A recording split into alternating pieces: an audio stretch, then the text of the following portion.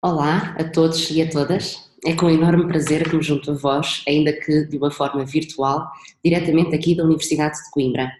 Antes de começar, aproveito para agradecer o convite da organização do primeiro Simpos para fazer esta conferência. E aquilo que eu quero falar convosco um pouco é sobre como é que podemos ensinar e aprender em ambientes emergentes e, sobretudo, quero falar-vos um pouquinho mais sobre fluência e competências digitais. Para falar sobre este assunto, é importante nós percebermos exatamente como é que nos movemos agora neste novo mundo de educação.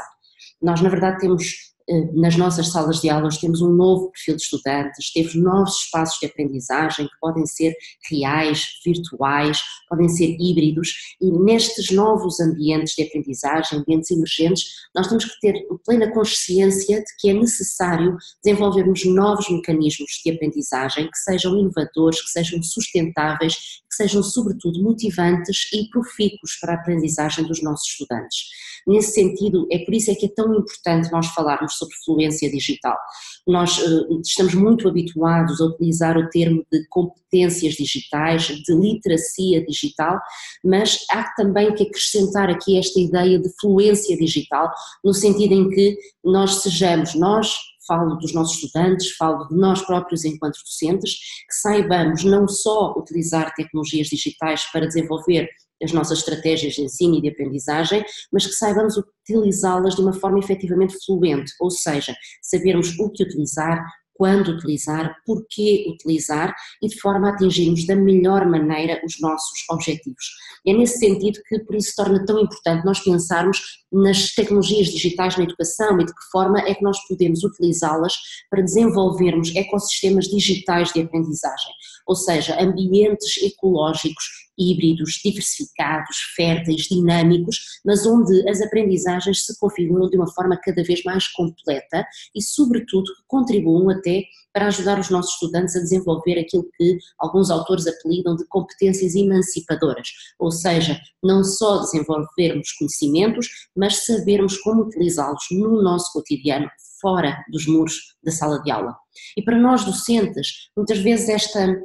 estas novas ideias acabam por parecer relativamente avassaladoras. Aliás, há uma frase muito interessante no Lewis Carroll, na obra da Alice através do espelho, em que a Rainha Vermelha explicava a Alice: estás a ver, é preciso correr-se o máximo possível para se ficar no mesmo lugar. E é engraçado que esta frase da Rainha Vermelha deu mesmo origem já àquilo que se chama o princípio da Rainha Vermelha, que é um bocadinho uma ideia de que para um sistema evoluir é preciso haver um desenvolvimento contínuo para manter a aptidão relativamente aos sistemas com os quais se está a co-evoluir. Ou seja, por vezes para os professores, para os docentes em geral, há este sentimento avassalador de que a tecnologia digital tem vindo a evoluir a ritmos inacreditáveis e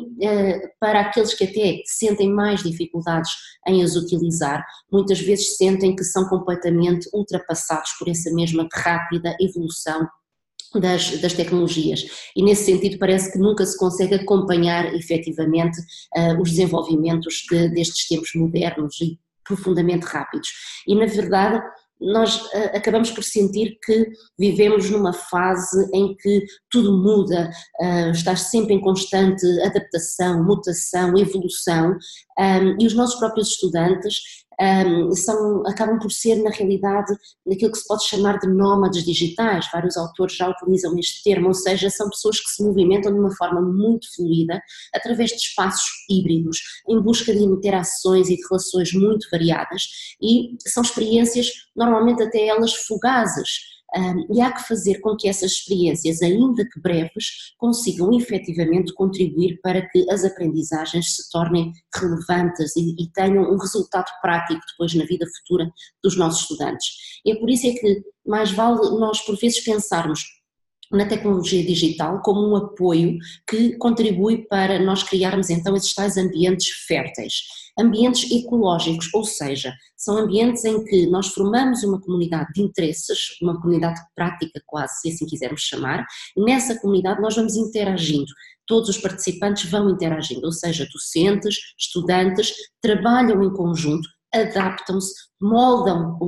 aquilo que é o próprio ecossistema em função dos interesses, em função das necessidades, em função sobretudo depois do desenvolvimento das mais variadas competências e precisamente para criar cada vez mais conhecimentos. E esses conhecimentos, na verdade, não se podem restringir apenas àquilo que são os conhecimentos científicos disciplinares. Eles têm que ser efetivamente até interdisciplinares. E nesse sentido, é muito interessante, por exemplo, a definição de competências para o século XXI, que já em 2015 o Fórum Económico Mundial reproduziu num texto que escreveu nesse ano, onde falava em 16 competências essenciais para o século XXI, para os nossos estudantes do século XXI, inclusivamente referindo o papel da tecnologia no desenvolvimento dessas mesmas competências. E então aquilo que o Fórum Económico Mundial explicava é que há as competências fundacionais, no fundo saber ler, saber contar,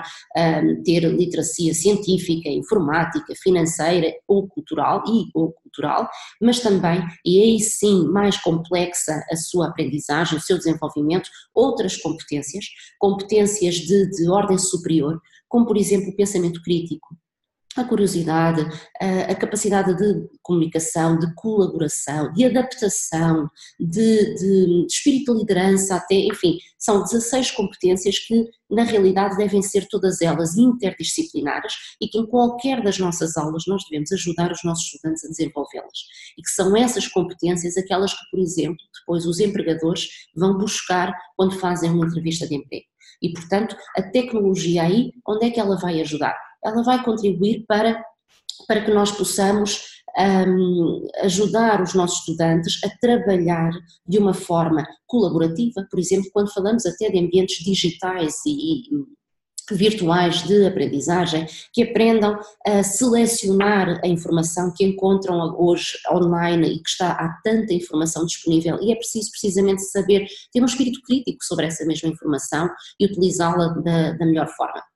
Ora, nesse sentido, nós acabamos por fazer, até como o George Siemens falava no conectivismo, nas teorias conectivistas, nesta ideia de uma inteligência coletiva, até como o próprio Levy também já há muitos anos atrás falava nisso, uma inteligência que se distribui por todo o lado, que se coordena até em tempo real e que vai mobilizando diferentes competências para que se vá desenvolvendo essa mesma consciência e essa mesma inteligência coletiva. Nesse sentido, qual é que é o nosso papel enquanto docentes? É saber também nós desenvolver as nossas próprias competências digitais. E aí é interessante falarmos num estudo que foi desenvolvido agora recentemente aqui na União Europeia, aliás num serviço concreto da União Europeia, que é o EU Science Hub, o Serviço de Ciência e Conhecimento da Comissão Europeia, que tem vindo a trabalhar precisamente nesta organização e definição daquilo que serão as competências digitais dos próprios docentes. E nesse trabalho que eles têm vindo a desenvolver, apresentaram já no ano passado, em 2017, um relatório com um quadro comum para as competências digitais dos educadores. E esse quadro comum foi bastante interessante, ou é bastante interessante para nós, porque ele delimita 6 grandes dimensões de competências digitais. Uma primeira que tem a ver com a motivação profissional, depois uma segunda dimensão relativa aos recursos digitais, uma terceira dimensão sobre o ensino e a aprendizagem, como é que nós utilizamos o digital para ensinar e até para ajudar os estudantes a aprender, também como é que as utilizamos para fazer a avaliação dos nossos estudantes e finalmente 2 dimensões, a quinta e a sexta, mais focadas mesmo na questão do estudante, em que a quinta se dedica ao empoderamento dos estudantes, como é que nós preparamos as nossas aulas, como é que preparamos a educação adaptada às necessidades individuais de cada um deles e finalmente como é que os conseguimos ajudar eles próprios a desenvolverem as suas competências digitais. Ora, esta definição destas 6 dimensões, e depois a partir dessa definição, o EU Science Hub elaborou um questionário com 22 perguntas ou 22 afirmações, onde é possível ao docente que responde a esse questionário fazer uma autoavaliação do ponto em que se encontra. Este questionário, depois os resultados que daí vêm, dividem em 6 categorias as competências digitais dos professores, que vão desde o nível mais baixo, que é o A1, até o nível mais elevado, que é o C2, portanto A1, A2, B1, B2, C1 e C2, e no fundo vai fornecer ao docente até de uma forma bastante específica, porque faz para cada uma das 6 dimensões, é possível nós termos um resultado individual sobre a nossa posição em termos de competências digitais em cada uma dessas dimensões e permite para além disso, não só perceber o ponto de competência digital em que se encontra, mas o próprio inquérito dá ao docente a possibilidade de perceber o que pode fazer para melhorar, para subir para o nível seguinte ou para passar para o nível seguinte. Portanto, não só faz uma avaliação, mas também apresenta sugestões de trabalho, sugestões de melhoria para que o docente possa ir progredindo nas suas competências digitais. E se é importante nós percebermos o ponto em que nos encontramos, é também importante, e a partir deste inquérito é possível também nós retirarmos algumas conclusões, é possível nós percebermos que nós podemos estar melhor nos pontos, podemos estar menos bem noutros aspectos das competências digitais, mas isso nada tem a ver com o sítio onde nós vivemos, com a idade que nós temos, com as qualificações até que nós podemos ter, até porque existem alguns outros autores, por exemplo, Ang, Myers e Sundaram, em 2012 analisavam precisamente esta questão e concluíam eles próprios que há um conjunto imenso de fatores que contribuem para que nós tenhamos mais ou menos fluência digital. Podem ser fatores demográficos, podem ter a ver com as nossas organizações, podem ter mesmo a ver com aspectos psicológicos ou sociais,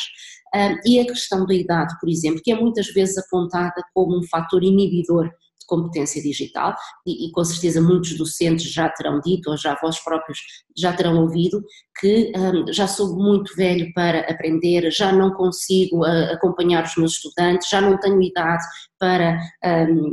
desenvolver competências digitais. Ora, isso não é de todo um fator que seja determinante para termos ou não competência digital. E aliás, e nesse sentido, nós cá em Portugal fizemos, há uns meses atrás, fizemos já um projeto piloto, tendo por base o dito inquérito da União Europeia. Nós pegámos nesse mesmo inquérito aqui em Portugal e aplicámos a 127 professores do ensino médio e fundamental de duas escolas portuguesas, uma do centro e outra do sul do país.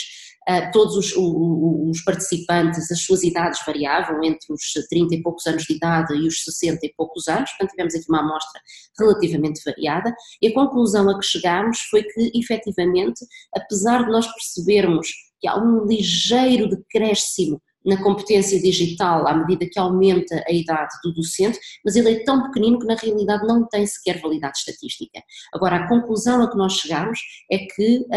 os professores portugueses, aqui os participantes do nosso estudo, se encontram num nível intermédio das competências digitais, encontram-se já quase à saída do nível B1, quase a transitar para o nível B2, e o curioso do inquérito e a forma como ele de facto nos parece muito válido foi porque esse nível B1, que é o nível integrador, aquilo que é definido para o nível é que significa que são pessoas que utilizam tecnologias, que sabem de alguma forma aplicá-las no seu contexto educativo, mas, e aqui vou fazer uma citação, precisam de um pouco mais de tempo para experimentar, para refletir, comentando com apoio colaborativo e partilha de conhecimentos para se tornarem peritos, ou seja, para passarem para o nível B2, que é o nível seguinte. Ou seja, através deste estudo nós percebemos perfeitamente que há interesse em utilizar tecnologias digitais na educação, há efetivamente competências digitais para as utilizar, mas aquilo que nós percebemos é que é necessária uma formação específica, inclusive uma estratégia ou várias estratégias adaptadas às necessidades individuais dos docentes para que eles consigam ultrapassar as dificuldades que possam ter no uso das tecnologias digitais. Este mesmo estudo que serviu de projeto piloto, na realidade agora vamos utilizá-lo aí precisamente na região do Recôncavo da Bahia, e esperamos ter aqui uma amostra bastante mais alargada, e há um projeto aí a iniciar-se com a nossa colaboração aqui do lado de cá do oceano, e que visa precisamente, a partir dos resultados alcançados com